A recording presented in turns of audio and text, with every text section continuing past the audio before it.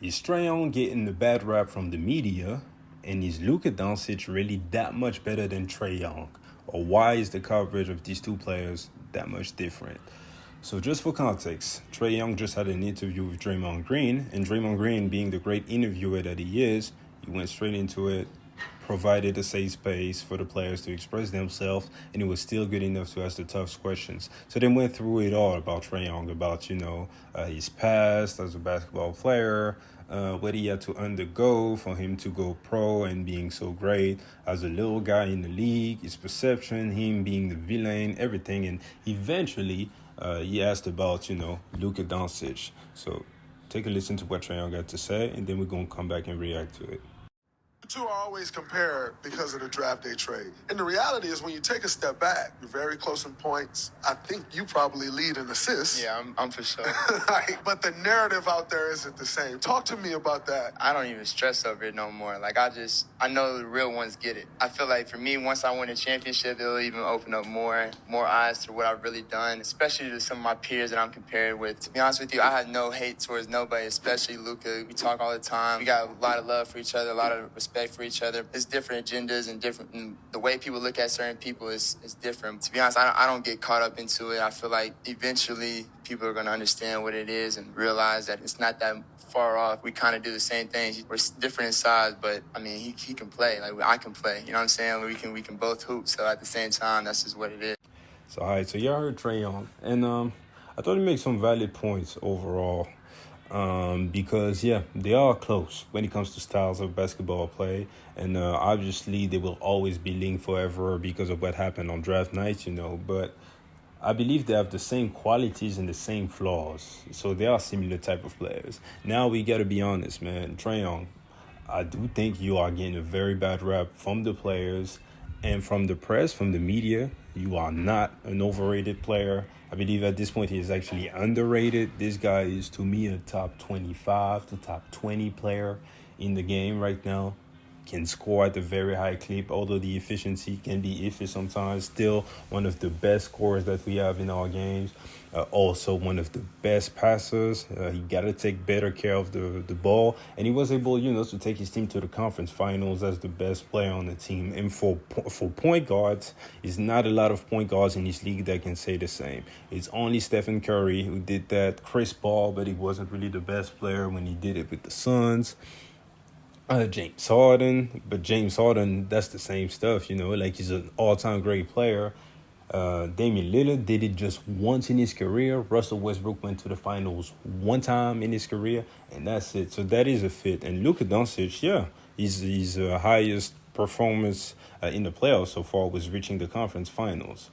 I do also believe that the squads, the help that they've been having has been pretty similar overall. The Mavs, their squad, when they made it to the conference finals, made more sense than what the Hawks have with Jalen Brunson, with Dinwiddie, with all of the ISOs that they were running. They also had a very formidable defense that year, compared to what Trae Young has had to work with. Although you look at the names, you see DeJounte Murray, you see Cam Reddish when he was there, you see Bogdanovic, and I can keep going, right? So you see these guys, and you may think, oh, the Hawks should be better than what they are, but no, that roster does not make sense in my opinion. The lack of defense on that roster is crucial. Coaching has been an issue, although now they have Quinn Snyder, so we have to see. John Collins has been underperforming every time. Clint Capella, I just keep on getting worse and worse, so he hasn't had that much help. But let's be honest, man. You should never be compared to Luka Doncic, in my opinion, when it comes to ceiling, first of all, and when it comes to how good you are. I think Luka Doncic is a top 5 to top 10 player. If you hate him, he's top 7, type stuff. But if you told me Luka Doncic was like the 4th or 5th or 3rd best player in the league, I wouldn't even argue at this point. That's not Trae Young. That's just not. And I do not believe that will ever be Trae Young, quite frankly. First of all, Luka Doncic is not a great defender by a long shot, right? But Trae Young might be the worst defender in the league by far. Efficiency. Luka Doncic could be more efficient, in my opinion. He has to work on his shot selection. He has to be better from the line. But he's still in another league compared to Trae when it comes to efficiency, especially in the playoffs. Luka Doncic has always raised all of his percentage shooting wise, whether it was from the floor and from the 3-point line. Matter of fact, let me take back that always, because the free throw shooting has been iffy in the playoffs. But still, you get the point. He was able to elevate, right? For Trae Young, I cannot say the same stuff. Obviously, Luka Doncic is bigger, so he can do more stuff on the floor from the passes that he can do. I do believe Trae Young might be the better passer when it comes to who can make the most complicated pass out there. But Luka Doncic just has the ability to see over the defense, use his size, use his body to actually be a way more reliable passer in the playoffs and take better care of the ball compared to Trae Young. And when it comes to even leadership, I do think Trae Young is a good leader, because for him to be able to take his team to the conference finals, beat the Sixers that year, although the Sixers have always been weird in the playoff, he still did that. So that is a feat that you have to recognize, and him being the leader of that team has to be, he has to get credit for that. But for Luka Doncic, I also believe that as a leader, it's just better.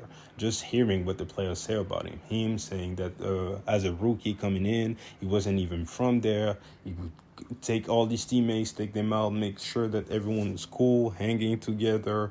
Even on the floor, you will see will be more vocal, although he has to not argue that much with the rest. But Trae Young is in the same bag or everything. So I don't think Trae Young at this point is better than Luka Doncic at anything on the court.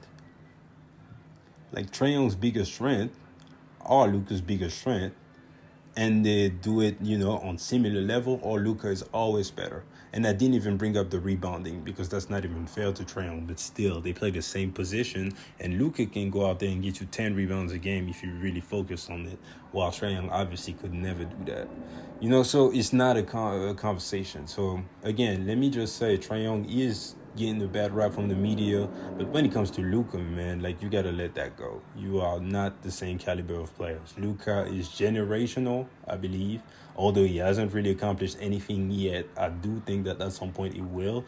Trae Young, I think the situation has to be perfect, and I do not think he could be the best player on the championship team. But hey, maybe I'm wrong.